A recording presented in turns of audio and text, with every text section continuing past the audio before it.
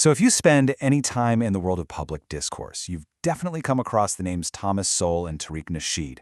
On one hand, you've got a renowned economist and social theorist. On the other, a pretty major media figure and the leader of the foundational Black Americans movement. And you've probably noticed that the talk around them gets incredibly intense. And that kind of begs a really interesting question, right? You see a lot of sharp criticism, a lot of dismissals of Sowell coming from Nasheed and his supporters. But what you almost never see is a direct, head-to-head debate, really getting into the weeds of Sowell's core arguments. So what's actually happening here? Okay, so let's dig in. The analysis we're breaking down today makes the case that this isn't just about avoiding a tricky conversation. No, it's a calculated, strategic move, one that's rooted in a deep, fundamental clash of ideas, and maybe even the survival of a political movement itself. To really get what's going on here, we first have to understand the core engine that powers Tariq Nasheed's FBA movement. You see, it's all built on a very specific and, frankly, very powerful framework. It's this really clear three-step chain of cause and effect.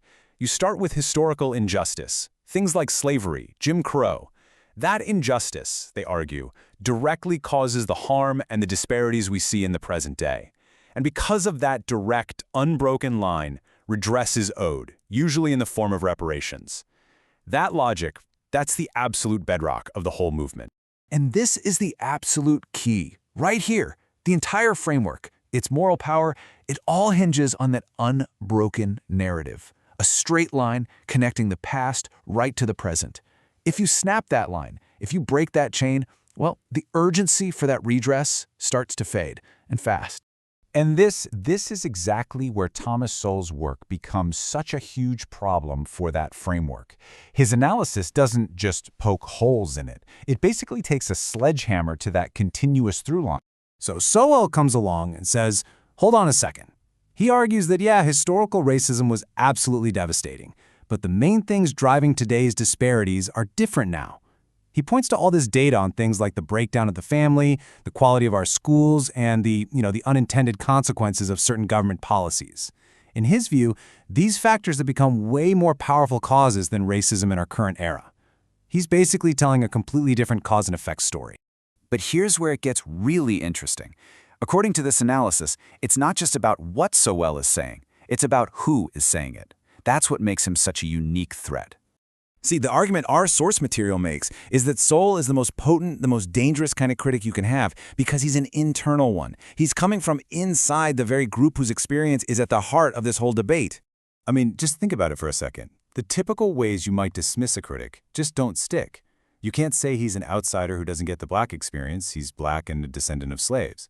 You can't call him uninformed. The guy is a deeply credentialed scholar from the Hoover Institution who knows his history.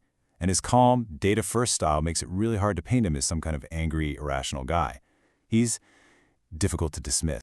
So what do? If you can't easily tear down the arguments and you can't really attack the credentials, what's the next play? Well, you attack the messenger himself. You try to delegitimize him. You frame him as a sellout, a coon, a plant, someone who's just totally out of touch. The whole game shifts from refuting the ideas to just discrediting the person.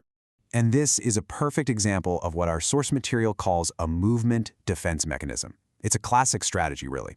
When any movement feels threatened by someone from the inside, it goes into protection mode. You have to isolate and delegitimize that dissenter before their ideas can start to spread and maybe even crack the unity of the base. Okay, so let's pull back for a second. This whole conflict, it isn't just about two guys disagreeing. It actually represents two fundamentally different roadmaps for progress. Two totally competing visions for how to move forward. Just look at this comparison. On one side, you have Nasheed's model. It's all about grievance, it's driven by media, and it relies on emotional mobilization and mass political pressure. Then you flip over to Sowell's model. It's centered on behavior, it's heavy on data, and it focuses on incentives, markets, and just making institutions work better. And it's deeply, deeply skeptical of what mass political movements can actually achieve. There's a quote from the source that just nails this difference perfectly. Sowell doesn't need rallies. Nasheed does, right? Sowell's work lives in books and data. Its power has nothing to do with protests. But Nasheed's influence is directly tied to his ability to get people on the streets, to mobilize them. Their whole ways of operating are just polar opposite. All right, so let's bring this all back to where we started. Why throw shade instead of actually debating? Well, according to this analysis, the answer isn't personal. It is 100% strategic. And here's the bottom line. For a movement that is built on the idea that historical grievance is the #1 cause of today's problems, Sowell's ideas aren't just a simple disagreement. No, they are an existential threat to the whole building. A real good faith debate is seen as just incredibly dangerous. For one, just having the debate gives Sowell's framework legitimacy. It forces you to engage with really uncomfortable data about family structure, education, that mess up a simple good guy, bad guy story. And worst of all, it introduces complexity. And complexity is the absolute enemy of the kind of moral clarity you need to get a mass movement fired up. So let's just boil this all down to its essence. The fundamental reason for this conflict, according to our source, is that Thomas Sowell's entire life's work is a direct assault on the moral foundation that grievance-based politics stands on.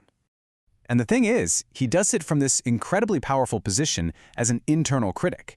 His own identity basically acts like a shield against the easiest, most common attacks, which just makes his arguments cut that much deeper. Because think about it. If people really start to see the world through Sowell's lens, their focus completely changes.